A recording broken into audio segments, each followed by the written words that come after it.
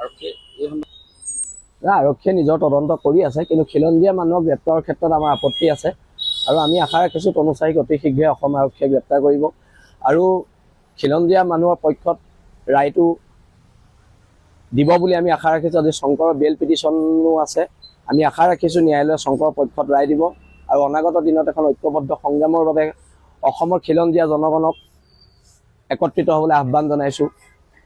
এই সংগ্ৰামখন বহিৰাগত মানুহৰ বিৰুদ্ধে, বাংলাদেশীৰ দপদপনিৰ বিৰুদ্ধে আৰু এতিয়া এই সংগ্ৰামৰ ধাৰাত প্ৰত্যেক খিলঞ্জীয়া মানুহ বিৰলাচি থানা নামৰ সত্তাটোৰ লগত জড়িত হৈছে। তাৰ বাবে খিলঞ্জীয়া জনগণক ধন্যবাদ জনাইছোঁ আৰু অনাগত দিনত এখন ঐক্যবদ্ধ সংগ্ৰাম হ'ব আৰু এই ঐক্যবদ্ধ সংগ্ৰামে জাতিৰ মুক্তিৰ পথ মুকলি কৰিব। ধন্যবাদ।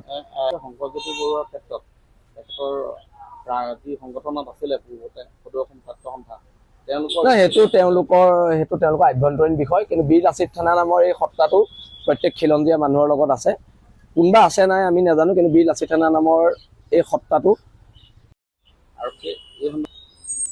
আৰক্ষীয়ে নিজৰ তদন্ত কৰি আছে, কিন্তু খিলঞ্জীয়া মানুহক গ্ৰেপ্তাৰৰ ক্ষেত্ৰত আমাৰ আপত্তি আছে আৰু আমি আশা ৰাখিছোঁ তনুচাৰীক অতি শীঘ্ৰে অসম আৰক্ষীয়ে গ্ৰেপ্তাৰ কৰিব আৰু খিলঞ্জীয়া মানুহৰ পক্ষত ৰায়টো দিব বুলি আমি আশা ৰাখিছোঁ। আজি শংকৰৰ বেল পিটিশ্যনো আছে, আমি আশা ৰাখিছোঁ ন্যায়ালয়ে শংকৰৰ পক্ষত ৰায় দিব আৰু অনাগত দিনত এখন ঐক্যবদ্ধ সংগ্ৰামৰ বাবে অসমৰ খিলঞ্জীয়া জনগণক একত্ৰিত হ'বলৈ আহ্বান জনাইছোঁ।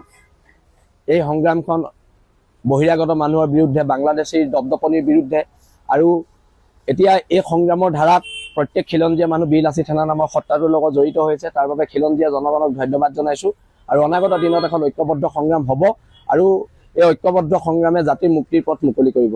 ধন্যবাদ। শংকৰজ্যোতি বৰুৱাৰ ক্ষেত্ৰত তেখেতৰ যি সংগঠনত আছিলে পূৰ্বতে সদৌ অসম ছাত্ৰ সন্থা, সেইটো তেওঁলোকৰ আভ্যন্তৰীণ বিষয়, কিন্তু বিৰলাচিত থানা নামৰ এই সত্তাটো প্ৰত্যেক খিলঞ্জীয়া মানুহৰ লগত আছে। কোনোবা আছে নাই আমি নাজানো, কিন্তু বিৰলাচিত থানা নামৰ এই সত্তাটো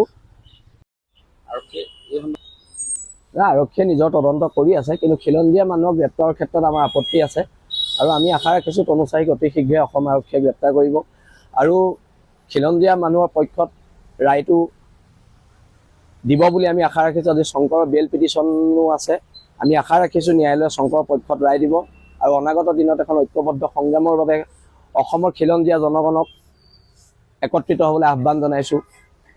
এই সংগ্ৰামখন বহিৰাগত মানুহৰ বিৰুদ্ধে, বাংলাদেশীৰ দপদপনিৰ বিৰুদ্ধে আৰু এতিয়া এই সংগ্ৰামৰ ধাৰাত প্ৰত্যেক খিলঞ্জীয়া মানুহ বিৰলাচি থানা নামৰ সত্তাটোৰ লগত জড়িত হৈছে। তাৰ বাবে খিলঞ্জীয়া জনগণক ধন্যবাদ জনাইছোঁ আৰু অনাগত দিনত এখন ঐক্যবদ্ধ সংগ্ৰাম হ'ব আৰু এই ঐক্যবদ্ধ সংগ্ৰামে জাতিৰ মুক্তিৰ পথ মুকলি কৰিব। ধন্যবাদ। শংকৰজ্যোতি বৰুৱাৰ ক্ষেত্ৰত তেখেতৰ যি সংগঠনত আছিলে পূৰ্বতে সদৌ অসম ছাত্ৰ সন্থা, সেইটো তেওঁলোকৰ আভ্যন্তৰীণ বিষয়, কিন্তু বিৰলাচিত থানা নামৰ এই সত্তাটো প্ৰত্যেক খিলঞ্জীয়া মানুহৰ লগত আছে। কোনোবা আছে নাই আমি নাজানো, কিন্তু বিৰলাচিত থানা নামৰ এই সত্তাটো